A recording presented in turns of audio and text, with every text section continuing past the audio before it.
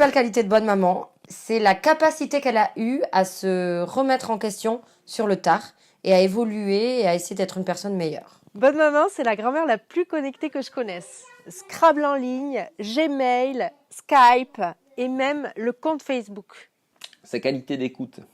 Ce qui a beaucoup frappé mon adolescence, c'est sa convivialité. Quand je venais avec les copines, que ma sœur venait avec les copines, toujours elle a eu le sourire et toujours elle a su faire de la bouffe, bien sûr, de la bouffe pour tout le monde. Et ça, chapeau maman. Hein. Quoi qu'il arrive, elle nous reçoit très bien. C'est très bien recevoir. Elle est gourmette, je ne sais pas si ça se dit, elle a un très bon palais. C'est peut-être pour ça que c'est une excellente cuisinière. L'adjectif qui la qualifierait bien, ça serait pugnacité. Elle est vaillante. Elle est très, très, très courageuse. Elle faisait les meilleurs sandwichs Nutella pour aller à la plage, pour le goûter. La générosité. Sa générosité. La franchise. Sa disponibilité, son intelligence et son ouverture. Je suis celle qui lui ressemble le plus. Enfin, en tout cas, c'est vraiment d'elle que j'ai chopé pas mal de trucs, dont la générosité financière.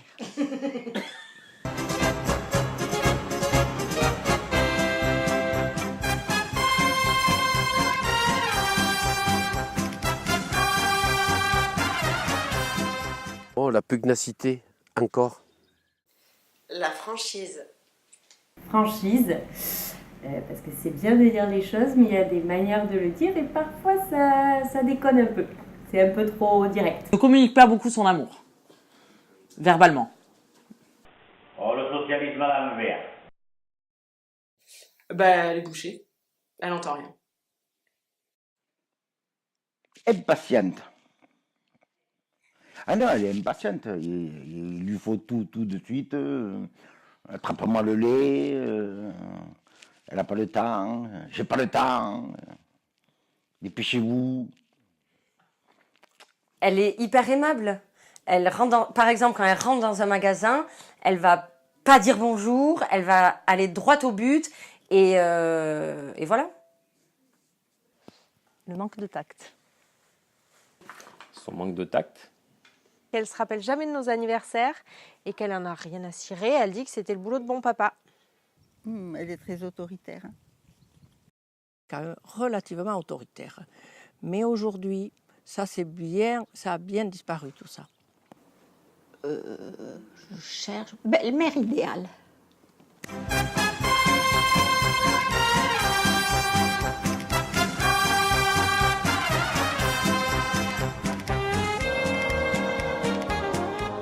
Manger de la confiture en douce la nuit. Le transat la fumain. Ah, le Scrabble. Le Scrabble, c'est tout. Le Scrabble. Scrabble. Le Scrabble. Le Scrabble. Le Scrabble. Scrabble. Le Scrabble. Le Scrabble. Le Scrabble en ligne. Combien de parties avons-nous fait ensemble? Combien de fois m'a-t-elle appelé au téléphone? Oh, il faut que tu me remontes, il faut que tu me remontes. Fito, il faut que tu me remontes. Je suis à la rue complet. Et quand je lui téléphone le soir, j'entends clic. Alors je lui dis, tiens, t'es en train de jouer? Oui, oui. Donc j'écourte la conversation. Son hobby, ce sont ses copines. C'est ce qui remplit sa vie aujourd'hui. Il y a sa famille, mais il y a surtout ses copines.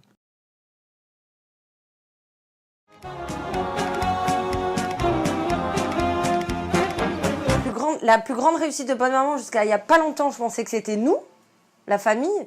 Et en fait, c'est ses copines. L'amitié qu'elle a nouée avec ses copines ces dernières années. Les souvenirs pour tous les enfants, Cabreton, les vacances l'été à la plage et les vacances au ski, au chalet. Ça nous a réunis tous pour ses 90 ans, je pense que sa famille. Ah, sa famille.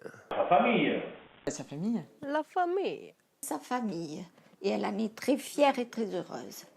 C'est tout vu, ce sont ses enfants et ses petits-enfants. Sa famille, hein, et particulièrement sa fille aînée. Moi. C'est tout. Il n'y a rien à dire. J'ai pas assez salé, ajoutez du sel. Quel temps avez-vous aujourd'hui? Il fait quel temps chez vous? Gare. Grande salope quand on pète. Quand on pète. Salope. Ou salaud. Mais c'est plus souvent salope. Arrête, va. Mais vous dites n'importe quoi. Mon Dieu, pourquoi? Qu'est-ce que j'ai fait pour mériter ça? Scrogneux. Scrogneux. Scrogneux.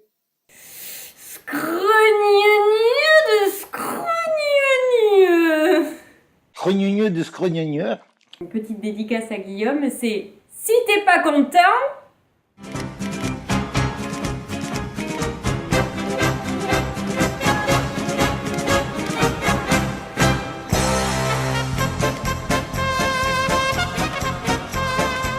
Des crêpes à Cabreton.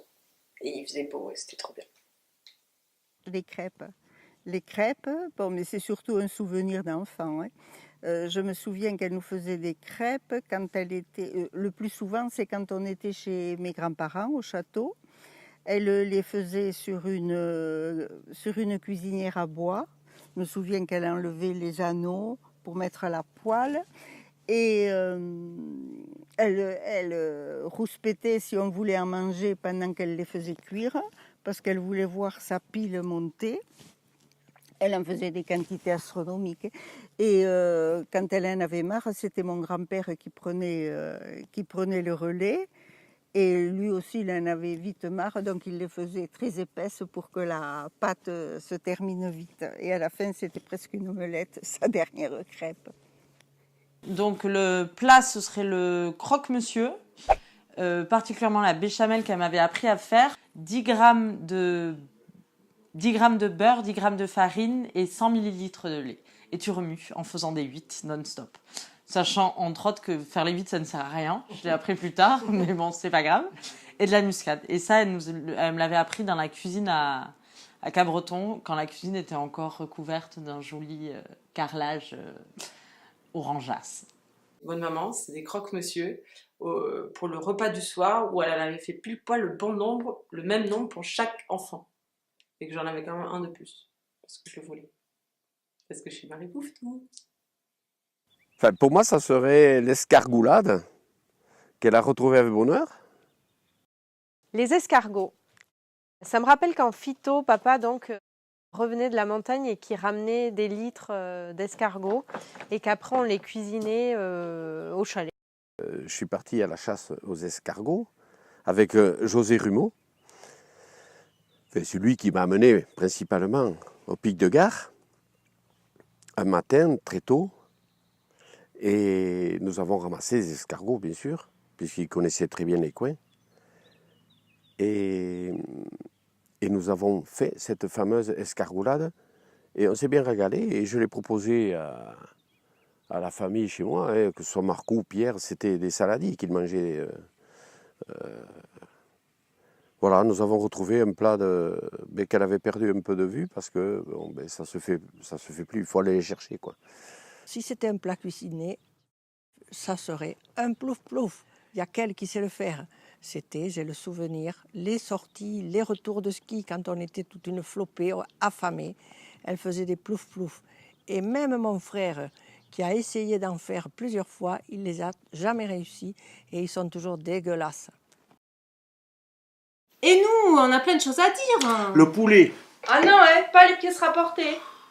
Moi, par exemple, j'avais pensé qu'on pouvait parler, tu sais, de la foi. Oui, le vin de Marcoux.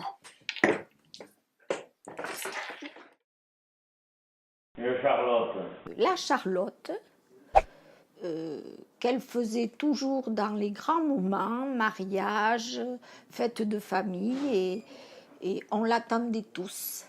Et on a de la chance, je crois que Brigitte sait la faire. Rose au bucco avec plein de sauce, plein de zeste d'orange et de citron. Un sandwich au Nutella, le fameux sandwich qu'elle emballait dans le papier transparent marron que la boulangère lui donnait, qu'elle récupérait, je pense, de jour en jour. Et les spaghettis de chez Donati, les spaghettis bolognaises froides de chez Donati à Cabreton, dans le frigo à 1h du matin en retour de soirée.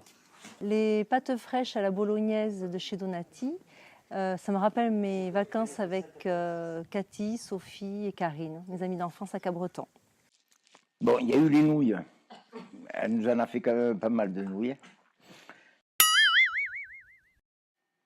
Ah, un jour, elle avait fait une tarte aux myrtilles. Mais le chien lui avait tout bouffé. Ça n'avait pas été terrible quand même à la maison, là, ce jour-là. Pour le chien. Le chien était parti se planquer sous l'escalier, je peux te le dire. Il a vitesse.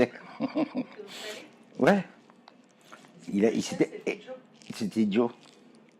Il lui avait bouffé toute la crème, toutes les myrtilles, la crème. Il lui avait laissé juste la pâte nickel. Hein. Il y en avait deux, elle était arrivée avec les deux plats comme ça. La tête, t'imagines Juliette, la tronche qu'elle avait. Et le chien qui tournait autour là pour essayer de bouffer, qui a vu Juliette sortir de l'arrière-cuisine, là, la tronche, il est parti, il s'est foutu sous l'escalier, mais en rampant. Et Juliette, regarde le chien, ce qu'il m'a fait. Des gaffes, des gaffes, des gaffes, des gaffes, des gaffes, des gaffes, des gaffes, des gaffes.